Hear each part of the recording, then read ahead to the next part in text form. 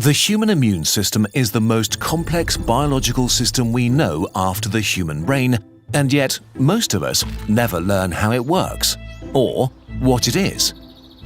Your immune system consists of hundreds of tiny and two large organs. It has its own transport network spread throughout your body.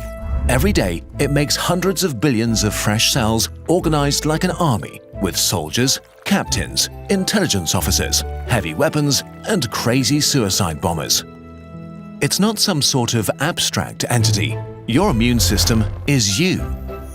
Your biology protecting you from the billions of microorganisms that want to consume you and from your own perverted cells that turn into cancer. It's so manifold that it's impossible to cover in one video, so we'll make a series looking at different aspects of it. Today, what happens when your body is invaded and your first lines of defenses are engaged in a fight for life and death?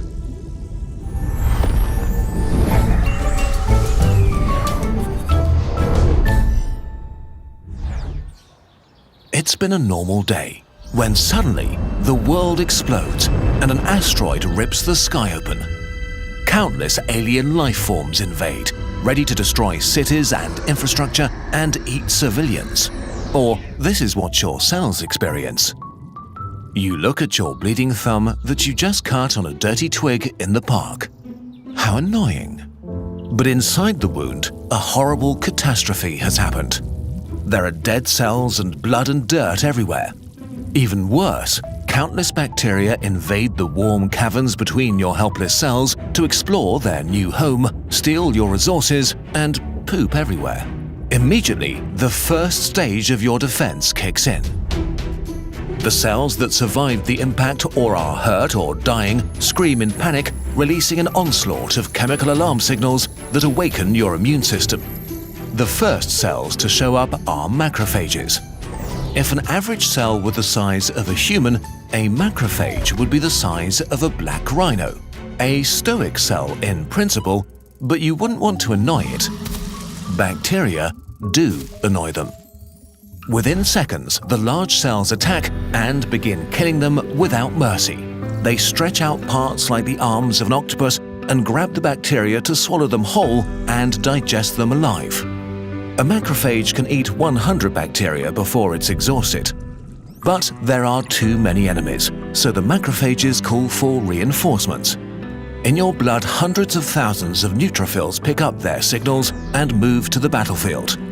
Neutrophils are intense suicide warriors that only live to kill. They're so enthusiastic about killing that they kill themselves a few days after birth, so they don't have time to accidentally destroy your body from the inside. As soon as neutrophils arrive, they begin vomiting deadly chemicals at bacteria or devour them. They are so careless in their attacks that they are causing real damage to your own cells, but collateral damage is not their concern now. Or ever. Some neutrophils go so far to push their suicide button and explode, casting wide and toxic nets made from their own DNA filled with deadly chemicals that trap and kill bacteria. Sometimes they can continue fighting after that, even though they're sort of dead already. This is how much fun they have killing. While the battle rages, your blood vessels let fluid stream into the battlefield like a dam opening up towards a valley. You notice this as inflammation. Your thumb swells up a little and gets red and warm. The fluid brings a silent killer into the battle zone, millions of complement proteins. A sort of automated liquid weapon that stuns and kills bacteria by ripping holes into them. We made a whole video explaining them in detail. We're reaching a crossroad now. If things go well, your first line of defense kills the invaders quickly. But sometimes, the enemies are too strong and would overwhelm your defenses eventually, which means certain death for you, the human. This is the hour of the dendritic cell, your immune system's intelligence officer. While your soldiers were bashing in heads, it was collecting samples by ripping bacteria into tiny parts and covering itself in it. Like a soldier decorating itself in the guts of a dead enemy. The cell leaves the battlefield and enters the superhighway of your immune system that connects all your tissues with your immune headquarters, your lymph nodes.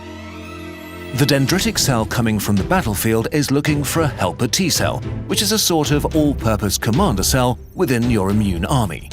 But not any helper T cell, one that happens to have just the right weapon for the bacteria that infected your wound.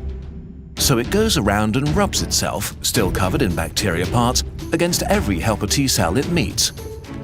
Most T cells are a bit disgusted and not interested, but after a few hours, something clicks.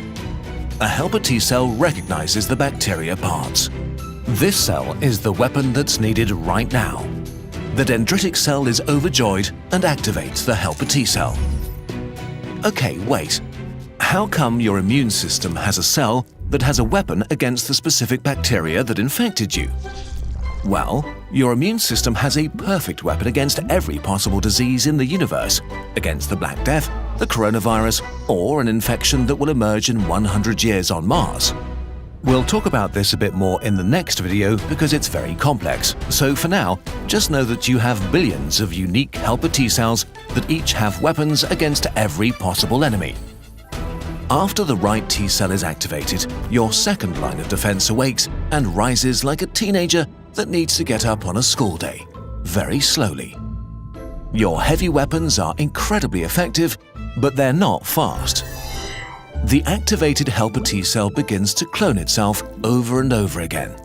1 becomes 2, 2 become 4, until there are thousands of them. Now they split into 2 groups. The first group quickly moves to help out your soldiers. At the battlefield, things are getting out of hand. A tired macrophage is ready to give up. After fighting for days, it just wants to go to sleep, like many of its buddies have done already. But now the helper T cells arrive. One of them comes to the tired macrophage and whispers something using special chemical signals. In a heartbeat, the demoralized soldier feels fresh again. But there's something else. A hot, white anger. The macrophage knows what it needs to do. Kill. Invigorated, it throws itself against the enemies once again. All over the battlefield, this begins to happen. Meanwhile, the second group of helper T cells was working on activating another line of defense, B cells, your antibody factories. Antibodies are protein superweapons that look like tiny crabs with 2 pincers to grab enemies. Just like the helper T cells, there are B cells in your body that are able to make just the right antibodies for every possible enemy. And the helper T cell is looking for exactly these B cells.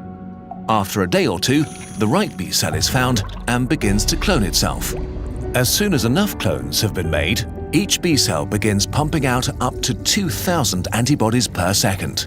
About a week after you injured yourself and bacteria invaded, your second line of defense finally arrives in full force. The tiny army begins to saturate the battlefield, pinching and stunning desperate bacteria.